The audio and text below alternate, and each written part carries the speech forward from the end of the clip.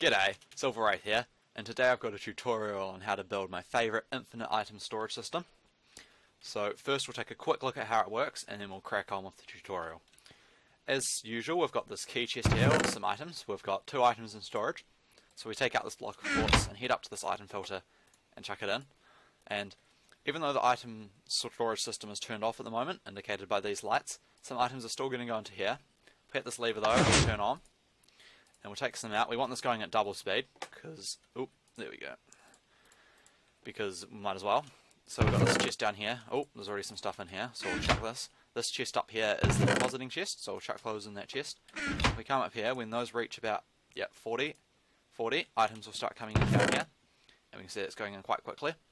This has got 2 sides, so either you could use it, one person could use both sides at once if they wanted to get 4 different items out at once, or maybe just 4 items really fast.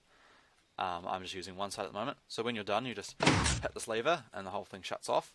You swap over your glass pane and glass pane, and you can take your items out of here. And I don't really want these out. I better chuck one of these back in there and I'll just dump the rest into here. There we go. This system is slightly different to a very similar design I have in that it uses this dispenser to place the minecart into storage, to expand storage. It utilises a glitch where you can have an infinite number of minecarts in one block, and you can just keep adding them in, and every time you add one in, it adds some storage. And it uses 4 hoppers with item filters attached to either side to take them out. Okie dokie, so let's crack on with the tutorial. Here we can see exactly how the machine is. I've stripped away all of the blocks except for the ones that are necessary for the functionality. The first thing to note would probably be the size. So it is 8 high, and it is 6 long or deep, and 10 wide. So it's not too big. I've split it into 3 sections: the grey, the pink, and the brown. I'll build them in that order when I do. The grey is just an item filter. It's really easy and simple. The red is the most complicated part, and it is direction dependent. So it does have to be facing north. That is towards the negative Z, you can see up there in the F3 screen. But it's not too bad to build. It's not too resource heavy or anything. The top part is just the pistons, which turn the machine on and off. Those are really easy. They're just a couple of wires. It's just a torch that inverts the signal and a couple of wires, oops daisies, to go over to it. And it is important to note that you do need to have some blocking items, so you'll need 5 for each hopper. They can just be red glass like that, or they can be whatever you want. It does have to be something though that isn't going to go into storage, and it does have to stack to 64. Those are the 2 criteria for it, but you can use it if you want. If you can't think of anything that won't go into storage, you can use an anvil to rename items, and renamed items won't stack with the normal items. So if we look over here, we've got all the building materials. So here's all the stuff for the grey section, and the red section, and the brown section. So it's not too bad. You can see obviously the red section has the most. Quite a bit of stuff in there. Although none of it's too expensive. The really expensive part is probably the first section, which has got the 10 hoppers, which is pretty steep. So if we look over this chest, this is everything for it, and you need the blocking items, so you need those. 20, whatever you want. Just something that won't stack with everything else. So let's crack on to building it. Rightio, so this first part's pretty basic. We start off by just placing the 2 chests, which we can reach into. And these have the hoppers going down into them. And then we're going to have the item filter coming out the side. So that goes out 3. And then comparators. And it is important to place these hoppers so that, let's get in close here, so that they're going into the side of the comparator, so you can see the nozzles pointing across, not down. So if we do that, and like so, and we come down here, 2 blocks there and 2 torches going up. They're powering the blocks above them and jamming those hoppers just there. And then we're going to do that and have 2 repeaters in here, just like that, and the wire comes down here. So when the signal gets strong enough, we'll come down, turn on these repeaters, turn off these torches, and unjam it. And then the other side is exactly the same, so I'll do that really quick.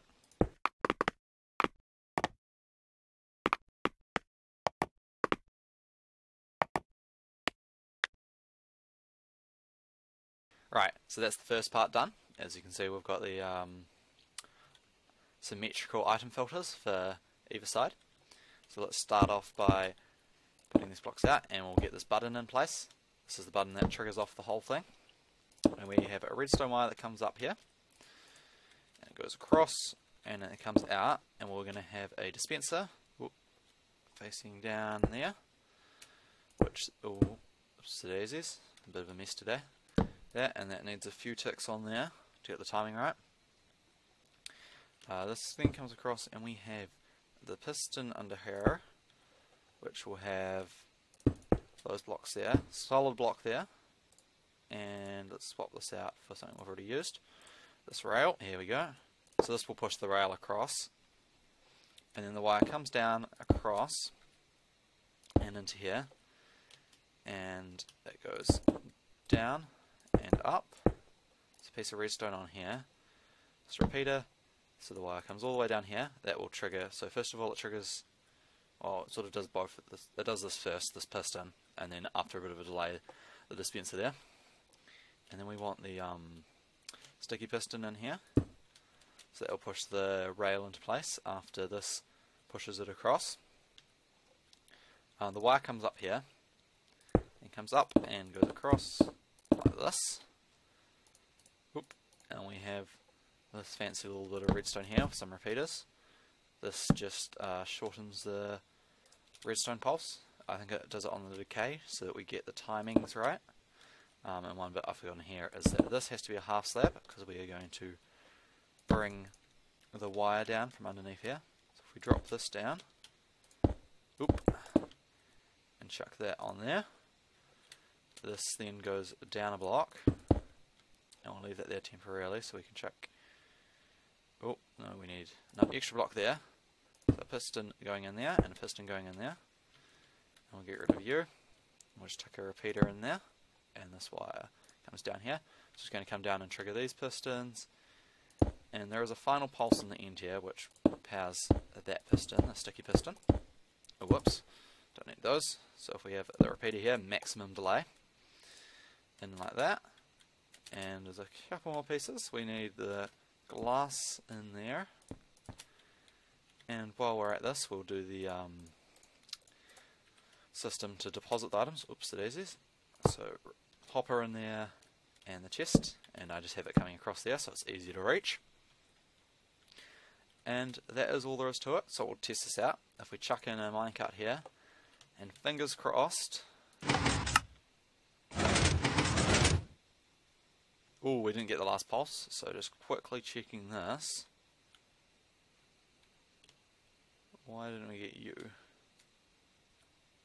Oh, I made a mistake here. There should be no delay on this repeater. There's only 2 repeaters in the circuit with delay. This one on maximum delay, and this one not on quite maximum delay. So if we do this again with another minecart, we'll chuck a few in here so we can just cover chests. Put it on, back into place. And if we hit it again. Sweet, so that part's working. Cool, so on to the final part. This part's pretty easy. Not really much to it. It's just a lever down here, which has a piece of redstone here, and it uses an inverter so that the pistons are powered whilst the lever is off. And that means that the lights are off when the machine is off and on when the machine is on. We do need a few bits of some slabs in here, so just like this, comes across this so that wire can still get up there. And if we want to try and get this distance right, so we come up and we place these in here like this, so that when these are powered they'll push down and cut off this wire. And same on the other side.